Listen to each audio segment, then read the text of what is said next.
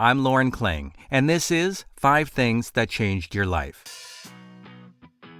Each episode, I sit down with a special guest and ask them to share 5 stories, events, or experiences that had an impact on their life, like a person who helped them decide a path to take, or a place that completely transformed the way they think. Perhaps it was inspiration from a family road trip or a childhood TV show that helped them to make the person they are today. This week's guest, Cetine. I've always known I was trans in my heart, but my transition actually only started a couple of years ago. I think maybe She-Ra, video games, comic books, TV, I think all of those play a huge role in helping a trans person kind of get out of their own self and become another character until they find their own. As always, I'm joined by my co-producer, Alan Ng. Hi. How's it going, Alan? It's going good. Episode 2 already. It's exciting. How do you know Cetine? I know Cetine because my wife and Cetine used to work together. I don't know how much information they want to know. Right. Or I should share. But you know her through your wife. I know Cetine through my wife. And right away, I knew Cetine as the geekiest girl in the entire world. Mm-hmm. Her love of all things geekery, from video games, comic books, sci-fi, fantasy. She just loves it all. Yeah, I mean, she definitely loves the experience. What did she say for her 5 things? So her 5 things were, number 1, magical wizarding world of Harry Potter at Universal Studios. Number 2, She-Ra toys and girl and guy toys of the 80s.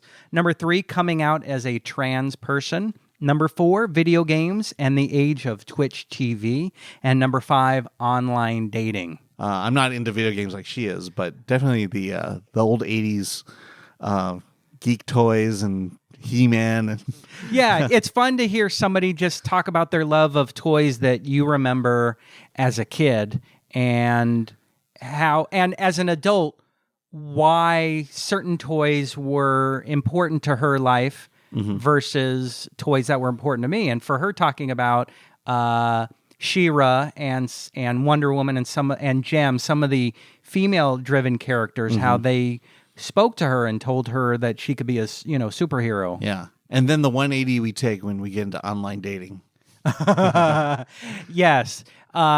The fun fact that my wife and I went to dinner with Cetine one night, and Cetine mentioned she had a Tinder account, and we begged Cetine to let us help review a bevy of gentlemen. And oh my God, that is so much fun to be able to look at a guy and his profile and determine if they will get to meet Cetine on a date or not. All right. So this is going to be a really great episode. All right. Here you go. 5 things that changed your life. So, Cetine, we talked a little bit before we started rolling about Harry Potter land. What is it called? Harry Potter's Magical Wizarding World of Harry Potter. Yes. You had mentioned as one of your 5 things, one of the 5 things that changed your life was the magical wizarding world of Harry Potter. And you said the films have changed your life. Mm-hmm. And I'm curious, why these specific films? I think the adaptations into film are so beautiful because they really bring in audiences that really hadn't ever seen it or read the books before. Mm-hmm. But I felt so connected with the characters because the music, the score, just the way everything kind of came together, it just really touched my heartstrings. And I don't know. I felt really connected to characters like Snape, because I've always been that kind of sinister character in the background, I felt. Right. Yeah. And, there's good and bad and evil and to everybody, and it really just brings out that and helps people kind of deal with their own emotions. Did you read the books before the movies came out? Of course. So you knew the stories. Actually, that's a lie. I read the second book first, and I decided I'm going to do it the other way around because I wanted the books to be more like the extended cut version of the Harry Potter films. So I watched the films later, and then I read the book after, and I feel like the world opened up because you got so much more information and from the details books. from the books. Which often happens, because how can you cram a whole book into, hour and a half or 2 hours Correct. of stuff? So, well, J.K. Rowling's isn't the first author to go into a world of fantasy. I mean, we've had those forever, from C.S. Lewis. C.S. Lewis, Tolkien. J.R. Tolkien. Right. Yeah, there's... So were you already into fantasy books or fantasy movies? Well, I come from a family that is very into collecting the obscure and fun things and fantasy and sci-fi, and I've always come from that background. My dad was a huge Star Wars fan when I was growing up, and so I've always had that sense of magic in my life where I need to keep pulling from it. I always find inspiration from it. So, yeah. Specifically Harry Potter movies, what inspiration have those given to you now in like your adult life? Well, I think the characters, like I said, they give you strength and, deal with adversity and a lot of emotional support. Watching the films, you just really feel like you're a part of that situation or that what's going on. And you feel like you could basically do anything after you watch those films because you feel so empowered. True. And it is amazing, that idea of there's a boy who's neglected and abused and ignored. And I think when you're that age, we all kind of felt some form of that. But then there's this world that not only do we get to discover, but in the movies, we're Harry Potter in some way. Yeah, we all have that awkward little Harry Potter inside of us and just ready for that magical wizard to pop out of us. So you're very excited for Universal Studios for the worlds to open. Yes, I am. I cannot wait to get a butterbeer. I cannot wait to go to Ollivander's and get my wand. I want all of the keychains. I want all of the books. I want all of the photo things that they're going to have out for memorabilia. Right. I want all of it. I hope you can pay for a brick of the castle and they put your name on it. I don't know if that's true, but they really should. Well, I would do it. Disney did that outside between California Adventure. You could have bought a brick. I want to buy a brick. So we had talked also, we've gone to Disneyland together with annual passes. Do you think you're more excited for this land than anything at Disneyland? Star Wars Land or Harry Potter? Oh, that's a good question. We had to burn one down. I might go with Harry Potter Land. I'm more into wizards than into a galaxy far, far away, even though I have much more history with Star Wars. I think just the way I love castles, I love cobblestones, I love little shops, so I think I'm really excited about that. I actually agree with that idea of old Ireland, old England is very exciting. So you had mentioned that you grew up in a family that loved the extraordinary and sci-fi. Yes. Your dad was into Star Wars, so did he take you and your brother to the Star Wars movies, Star Wars and Empire? I don't ever remember going to a Star Wars film with my dad. Even when the episodes 1 through 3 came out, I don't remember seeing those with my dad. He used to collect the toys all the way up until from the beginning of Star Wars. I mean, we have so much memorabilia, and he's sold a lot of it off since then, but he was really into Star Wars. Wow. So my brother and I destroyed a huge portion of it because you shouldn't show kids your collection. That is the one thing. If anybody's a collector out there and you have kids, do not show your kids your collection because they will tear it apart. Yeah, totally. Yeah, my daughter's going to throw all my boxed toys, and she's pulled the toys out. That's why I had a daughter. So that leads us to another topic you said She-Ra toys and girly toys in the 80s and how my love for toys shaped my coming of age. So talk about your favorite toys as a kid. Well, I think my favorite toys were my She-Ra toys. I loved just how, because I loved He-Man too and Masters of the Universe, but when She-Ra came out and, She-Ra's He-Man's twin sister, and she's like the powerful, more glamorous version of He-Man. Mm-hmm. And I think that really resonated in me. I don't know, I think it kind of shaped who I am as a person. I'm, a strong individual, but I love glamour. I love everything the packaging was pink. But yet she represented powerful women, and this was the 80s, and that was kind of unheard of at the time. And then there was Gem, and, and the holograms, and then there was this obscure offline called the Golden Girls, which also had warriors. Wow. There's a whole bunch of... What about Wonder Woman? I love Wonder Woman. Yeah, I have a good connection with Wonder Woman because, again, she's a powerful woman, but I think She-Ra was more of... What's the difference between the two characters? Well, they're in completely different universes. Right. But She-Ra, let's see. Well, I think I like She-Ra because she had a cape. I think that was like the main difference is I was obsessed with capes as a kid, and she had a cape, and Wonder Woman did not. So even though Wonder Woman had a lasso, didn't... She had a sword. And a flying horse named Swiftwind. Did you watch the TV series? Yes. Were you pretty impressed by that, or? Was She-Ra or no, Wonder Woman. Oh, with Linda Carter? Yeah. I was a little too young for that. I was more into the cartoons when that was out rather than live action things. So I didn't ever really, I'm ashamed to say, get into that series.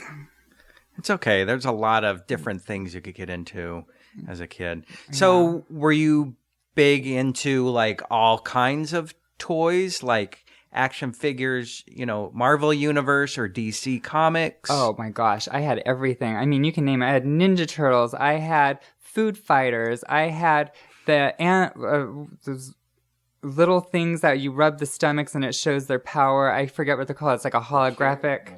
They're little holographic, like 2-inch figures, and I don't know, they have like power of wind and fire, and I don't know, they were really cool. And Muscle Men and G.I. Joe. I had huge, I still have a huge G.I. Joe collection. Comics, like I said, Ninja Turtles, Silverhawks, whatever was out there. Since I came from a background of collectors, we bought everything. To Spawn, that was a little bit later. Yeah. Is your brother older or younger? He is younger. And so did he follow you as far as collecting and wanting things? Yeah, he had his own, he was more into the McFarlane toys. Okay. Back then, like the Spawn and, they had a whole lot of spin-offs too back then. But McFarlane just came out with I think it was last year, they came out with these little tiny diorama sets you could put together, and there's like The Walking Dead. Oh, those are amazing. Yeah. Oh, yeah. Game of Thrones. I have the Game of Thrones ones. It's so cool. Wow. Yeah, I remember at Comic-Con seeing the Walking Dead set, and it's like train sets. Train sets are fun because it's not just the train, but there's this world. And you know what? You talk about Harry Potter, and you're like, we love Disneyland, and because you feel like you're entering the world. It's not, I'm just going to a place that has a lot of amusement rides. Disneyland, you're entering the world, and I think it's our childhood. We were entering a world with our toys. Well, we love to transport our minds and our bodies into something that is not part of our daily routine, and especially as a kid, that, that's kind of like the way of life. And as you grow older, you're taught to kind of like, no, you have to get a job, you have to pay your taxes, you have to do this. But as a kid, you don't know that, and you're just all over the map. You're like, no, I'm a starfighter. I am the Beastmaster. I am, so... Do you think today that it's a lot easier for adults to still get to play and still be responsible when they have to? You know, I think adults today, a lot of them want to be the kids inside, but they don't know how to act on it, so they lose a lot of that kind of like fantasy that they used to love as they grow up. And I think that's something that, like, as you get older, it kind of it makes you people, I don't know, I would say it creates a wall when you lose that childhood ability to imagine and create fantasy in your lives. Yeah. Because I would say at Comic-Con, I love just exploring. Oh, I love Comic-Con. Because you're surrounded by people who are free and happy to be who they are. Yes. And the best nerds ever. I love Comic-Con. It is so fun. Now, the funny thing is, I took you last year, and that was your first time. Oh, 2 years ago. Was it 2 years ago already? Mm-hmm. So that was your first time going. Yeah. And how was it for you?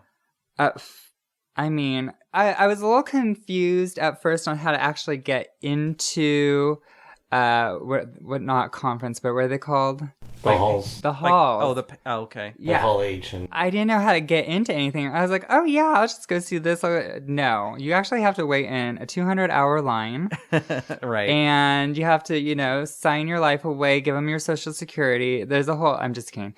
But you really have to plan out your adventure, because by the end of the day, if you try to do the really big things, you're only going to see one or two things. But if you're interested in like the smaller aspects, like maybe comic book creation or Artist Alley, mm-hmm. or there's so many other things where you can spend so much more time and kind of get a fuller spectrum of Comic-Con. Yeah. I barely ever get time to see the things that are on the sides or behind the convention center. Like, I know there's stuff there, but there's either lines or just I'm inside, looking at something, hanging with friends, or hanging out at the field, which is downtown Gas Lab District. Well, one of my favorite things at Comic-Con is just sitting down and by the food trucks and just looking at all the cosplayers.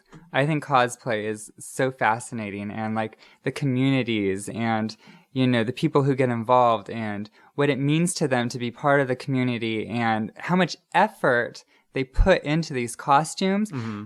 And, some people spend hundreds of hours on some of these costumes because they are so into becoming this character. Like, they become the character. Right.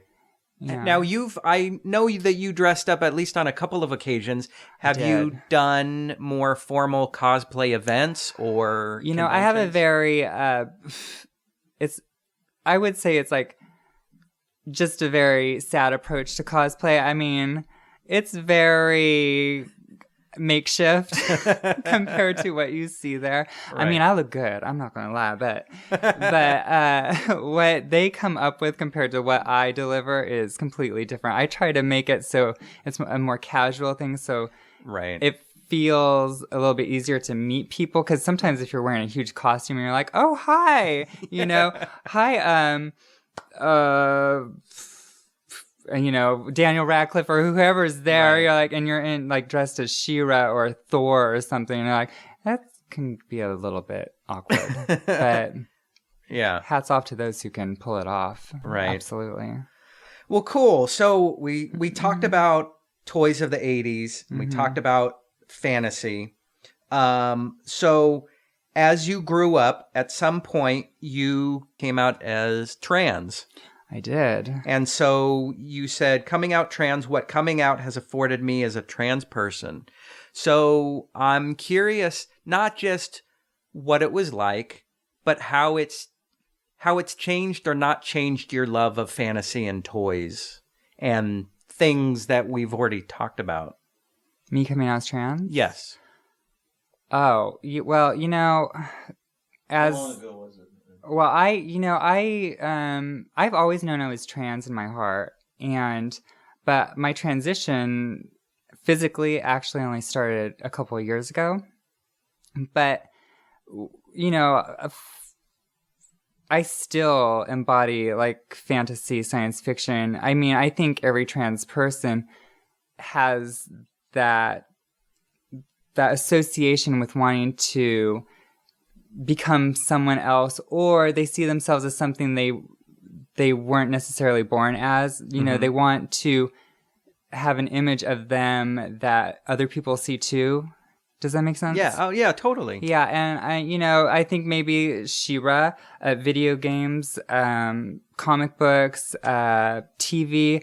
I think all of those play a huge role in helping a trans person kind of get out of their own self and become another character until they find their own. Yeah. Yeah.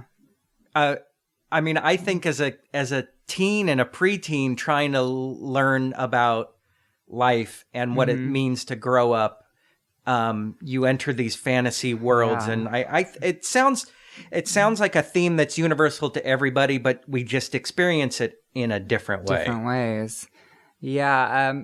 It's so funny how people always think it's so different. Like what we go through is so different. It's kind of, it's obscure, it's maybe what people will use off-color remarks, but it really isn't that different than what everybody else is experiencing, except for the part that we experience a lot of hatred, and that really does resonate in the way we go about things and how, transitioning, and, there's a whole bunch of other things that are involved, like doctors and the whole bit. But honestly, our experience is not that different from everybody else. It's just people want to see it as others. So we kind of feel like we are a little bit separate. Well, I think all of us gawk at something that's not the same, that we're all lemmings in a way. And when we see like a car accident, that's out of the ordinary. When we see a famous person, that's out of the ordinary. So I think a lot of it is our own selves. We're scared of something we don't know. We don't know if it's friend or foe. Right. Honestly, I mean, yes, I agree. People are scared of the unknown. They fear the unknown, and they don't like to change the way they've possibly were brought up, or, were taught as they were younger. And the world is changing. I mean, I just suggest that everybody just kind of evolves with it. And,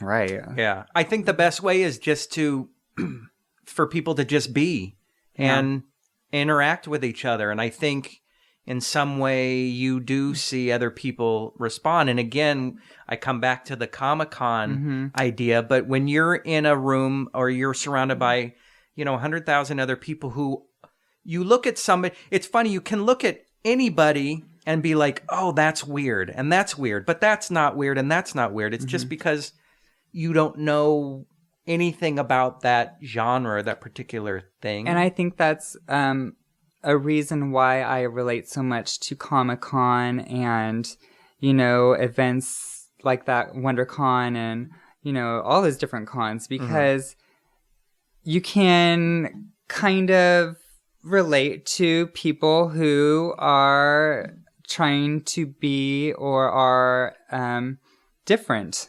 Yeah. You're interested, like people who go to Comic-Con aren't interested in things that everybody else is interested in. It's a certain type of people who like, comics or video games, and they're very artistic. They're very crafty people. They're very cerebral people. And I feel that's why especially trans people, queer people in general, are attracted to those types of venues. Yeah. It's kind of a moment where everybody becomes what they want to be. Right. But they fantasize about what they want to be. Yeah, and it feels like one huge community. It's like nobody's saying, oh, well, this person's dressed as Wonder Woman and she should be dressed as, somebody else. And right. No, everybody's doing their own thing and everybody's fine with it. And it's kind of magical. Yeah. Yeah. It Where is. people are expressing themselves, and everyone's accepting of how they're expressing themselves. Yeah. Yeah. One of the other topics you mentioned was video games. Well, two, video games and Twitch TV. Uh-huh. And I'm curious how your video game play has changed as an adult versus as a kid. If being trans or coming out trans has changed that world, and how Twitch TV has changed your world as a trans woman. Well, it's so funny because I just wrote an article about this. And as a trans person, growing up, I really liked the idea of like basically immersing myself into these fantasy worlds. And then as I got older, not too much older, characters such as Chun-Li from Street Fighter 2, I remember going to the arcade with my brother, and you'd wait in line back then because Street Fighter 2 is not on the game systems at home yet. And you would wait in line, and then my brother and I would pick our characters, the character selection, and I would always choose Chun-Li. She's the only girl on the screen at the time, and my brother, I remember him asking, "Why do you always choose her?" Like, I don't know. I don't know why. It just happens. I cannot not pick her. That's funny. Yeah. And, well, anyhow, that was the beginning. And then, Samus from Metroid, she is a woman, and that whole, people were like, what? We thought Samus was a man the whole time, but then at the end of the game, oh no, she's a woman. So you're like, I like how video games kind of like take you from one reality and like thrust upon a brand new reality. You're like, that you never might have thought of before. Yeah. And so anyhow, as I got older, now there's a whole bunch of role-playing games. There's World of Warcraft. You could do Grand Theft Auto. There's Saints Row. And all these games have the ability to create avatars. And I think especially for this gaming generation, and what I love personally, is that you can create your own avatar in your own likeness. Mm-hmm. And you can basically make yourself however you want to be, as you want people to perceive you as you're playing the game. So somebody who, especially like if you're transgender and, let's say you always... let's say you were born male, but you always saw yourself as female, you can choose that avatar to represent who you really want other people to see you as. Right. Mm-hmm. Now, and Twitch TV, and will you explain just so if people don't know what Twitch TV is? Oh, yeah. So Twitch TV is a really great service that you can broadcast or live stream yourselves playing video games, and other people can watch you play the games as well as interact with you. So they'll see you playing the game, so you can either just play the game or have a little, I guess, what would it be little called? box, Picture in like picture. window box. Yeah, a picture of the camera actually watching you play the game. And then they can send in comments, and you can respond to them in real time. I know that's really popular. I know my parents think that's the weirdest thing in the whole world, but I love sitting back and watching somebody play a game and then just talking. I find it fascinating, and that's kind of what Twitch TV is. Honestly, the concept, if you would have asked me like 10 years ago, I'd be like, why would somebody want to do that? Right. But in this like selfie culture where, all you want to do is like see yourself on TV and talk to people, it makes complete sense to me. But yeah, so a great thing about Twitch, at least for me, is that when I stream, I am able to talk to people who, because I'm openly trans on the stream. So a lot of trans or gender nonconforming or queer or gay, lesbian, or whatever they want to identify as, people, kids, whoever, they ask me a lot of questions like, how did you know you're trans? Or, what's it like to be able to be openly out and not have to worry about your parents? Or, they ask me questions that come from the heart that they haven't had the opportunity or the resources to ask somebody else. Right. Because maybe they're in some small town and there isn't a gay lesbian center, or there isn't they don't have friends who would agree with what they're going through, so they have nobody to talk to. So this gives them a chance, and this gives them a chance to ask these questions. Plus, I get to play games while doing it, so everybody wins. Do you sometimes just get into really specific topics about the game? About like, oh, you didn't make the right move, or I don't know where to go next? Oh, yeah. I mean, especially now, gaming drives me nuts. It is so intense. Like, you throw the controller, it's that intense. And I've been playing Battlefront right now, the Star Wars franchise. And I'm like, it's hard. The physics of that game sometimes drives me nuts. I'm like, how did this laser blast ricochet or kind of like, curve over a mountain and hit me? It just doesn't make sense to me. But, yes. No, what? Is there a but? Or there's no but? Wait, what? No, there's no but. Okay. This is another topic question. You said online dating as a transgender woman. Oh, God. From gay.com to OkCupid. Online dating wasn't easy back then, and it sure isn't easy now. You said it. You said it all right there. So were you on those sites before you... Somebody very intelligent must have written that sentence. I have been online dating for... I think the first time I started was in like 1996. And... It was online back then. Well, yeah, believe it or not. Boards or... Yeah, and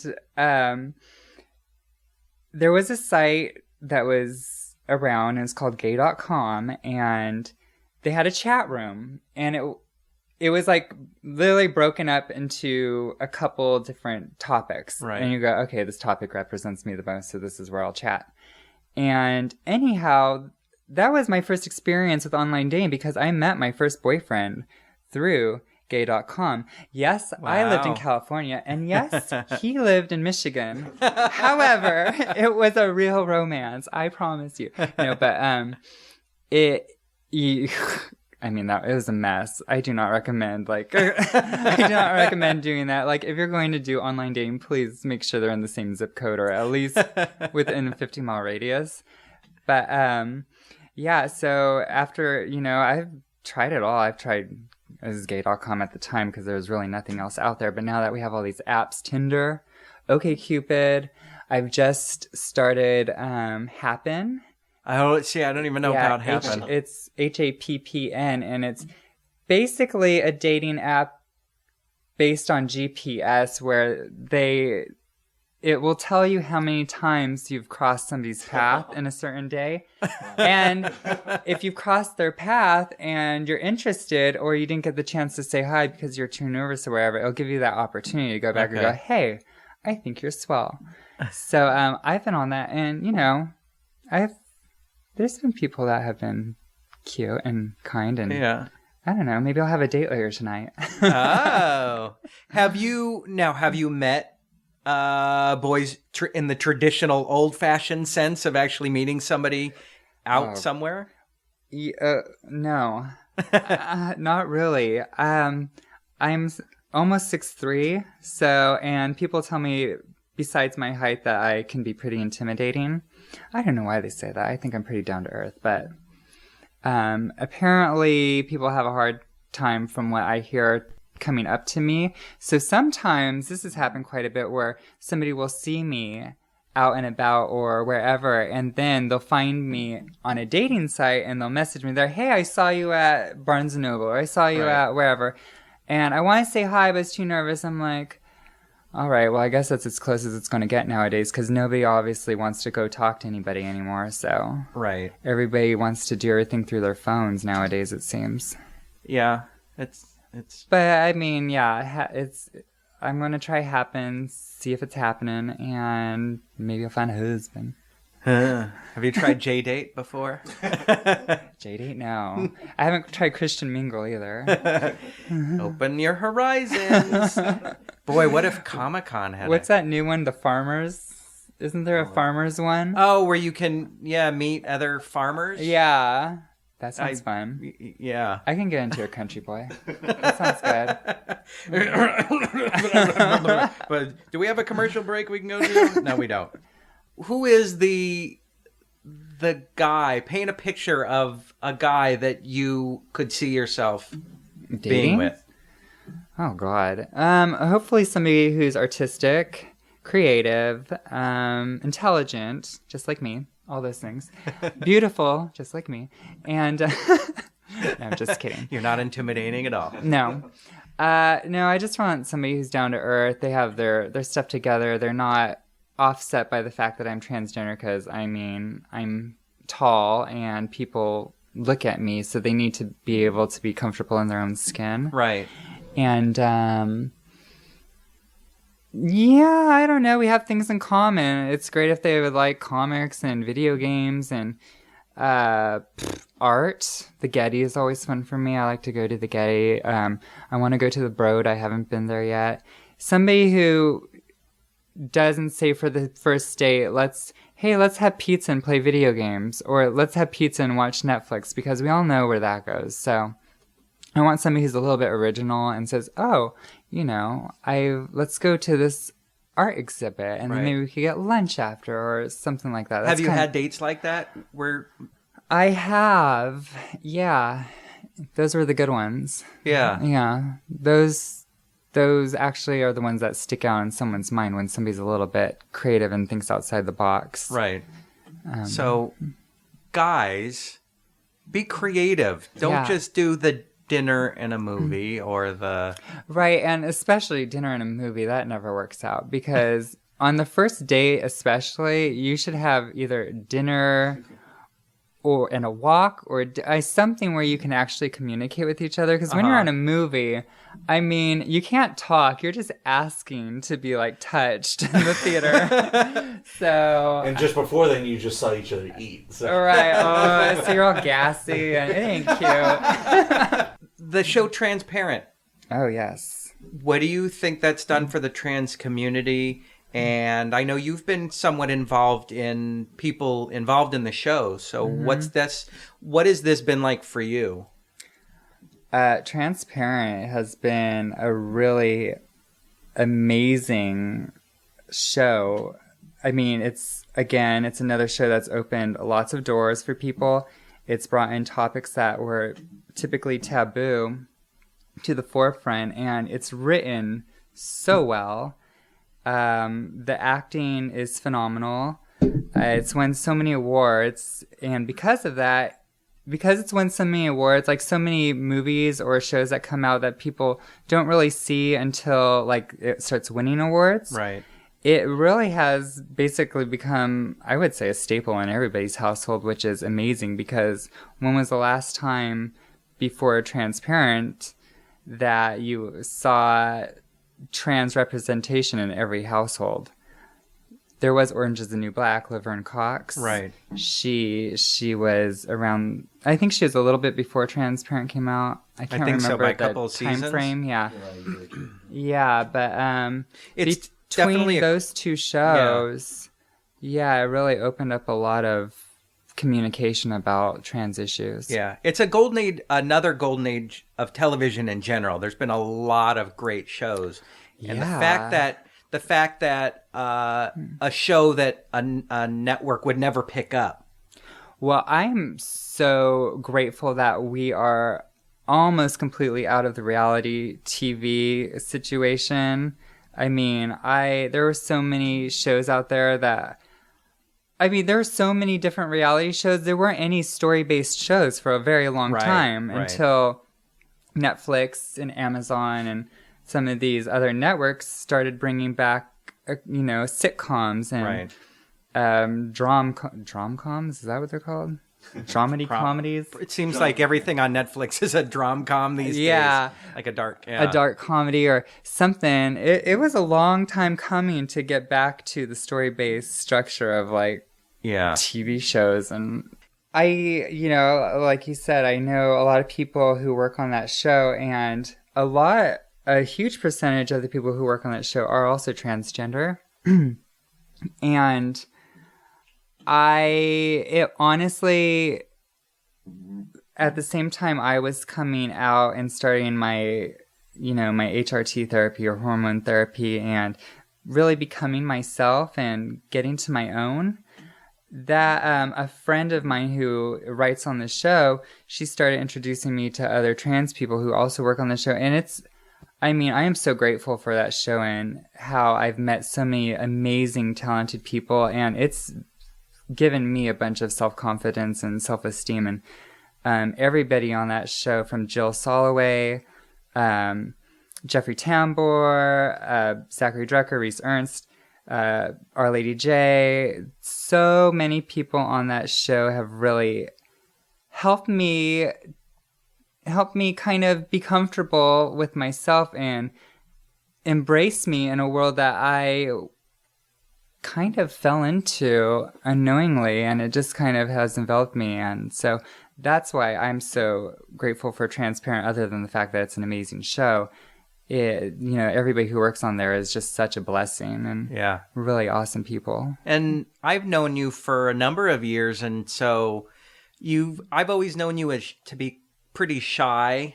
Mm-hmm. And so I think over the last couple of years, I've seen a huge growth out of you, and it's been wonderful and amazing to see you kind of shine and find yourself. Come into my own. Yeah. Yeah, I do believe it's from shows like I said before, when I was younger, video games helped me come out of my shell, TV shows like She-Ra, all that stuff. So even now in my adult age, they're still helping me, come to terms with myself. And I think it's something that just shapes you over time. And being able to see representation of people who I see are like myself, mm-hmm. helps you come out of your shell, and it makes you want to be a part of that and do your own part to help push the envelope, basically, and keep that momentum going. What I like is it shows the struggle. I come from a background where, black and white, sin and goodness, and I do too. And people like to simplify it to it's a choice. You chose this, you chose that, but they don't understand, the inner struggle that you probably had from the very beginning, and to have a show kind of take that seriously. I think a lot of shows in the past, most gay shows were comedies. Mm-hmm. And so it was a little hard to take it seriously. Comedies, or you're the best friend of the main character, or, the comedy relief of a bigger show that had nothing to do with queer issues. Right. And now we have shows that actually deal with the issues and bring them, and deal with them as actual topics. It's not just a background, funny haha. It's a real thing that's going on in the world that these shows are representing, and people are talking about it. And like I said, I come from a conservative background too. I'm from Fresno. Fresno has such a bad rap, but it really, when I was younger, I could not wait to get out of it. But now that I've been in LA for over a decade, and now it's kind of almost like a vacation to go to the country. It's so funny, and I'm going to bring this up because it's funny when you're in a city like LA, being trans or different is such a big part of your life. But when I go to Fresno, nobody cares. You could go straight, hello, ma'am, how are you, girl? Everybody's so, either they just don't realize I'm trans because they're not around it, or they just don't care. And in LA, everybody's got to clock you. Why is everybody going to clock you in LA? I don't know. We looked at RuPaul's Drag Race Season 8. Were you just kind of commenting on that, or were you... well, I've watched every season of RuPaul's Drag Race. I really... I like that show. I think it, especially when it came out 8 years ago, it really opened a lot of doors and gave a lot of access to people who didn't fit into the heteronormative structure of things. And people may agree with me, may disagree, but I feel even though it has its own, a lot of things going on with the show, I think it's funny. And I think people can relate to it. And I think it doesn't matter where you're from, you'll laugh at it because it's so good and it's well put together. And RuPaul is just an icon. And the fact that they've gotten into season 8 with a show that is based on kind of like a America's Next Top Model version for drag queens is pretty fantastic, I would say. I was like, oh, this might last a few seasons because it's really good. But it's 8 years? Yeah. Or 8 seasons, I don't know if it's 8 years, but 8 seasons? That is just like bonkers. And it's still good. I watched the first episode and it was really funny, so. Don't you have viewing parties? Or you've been to viewing parties? Yeah, I usually go to a friend's house and like 5 friends of us, we get together and we watch the show and we have dinner and yeah, I guess that's a viewing party. Yeah. Isn't there some touring show or something? Or I don't know. I remember going by the convention center and seeing. Oh yeah, there's DragCon. DragCon. Okay. I think it's coming soon, but it's basically you can go. It's like a Comic-Con and meet all the queens from RuPaul's Drag Race and other queens that are in the industry or people or from everybody. Everybody's there and. It's just a really fun way to meet people, to get signatures from your favorite queens and just like kind of correspond with everyone. I like it. I've been there. I was there last year. It was a lot of fun, so I recommend it. How can people find you on social media online? Oh, online I'm on Twitter and on Instagram at Cetine the Dream. That's CETINETHEDREAM. On Twitch, you can search, I think just Cetine, CETINE. And that will bring me up. Okay. And yeah, find me there. Cool. We can find you around LA.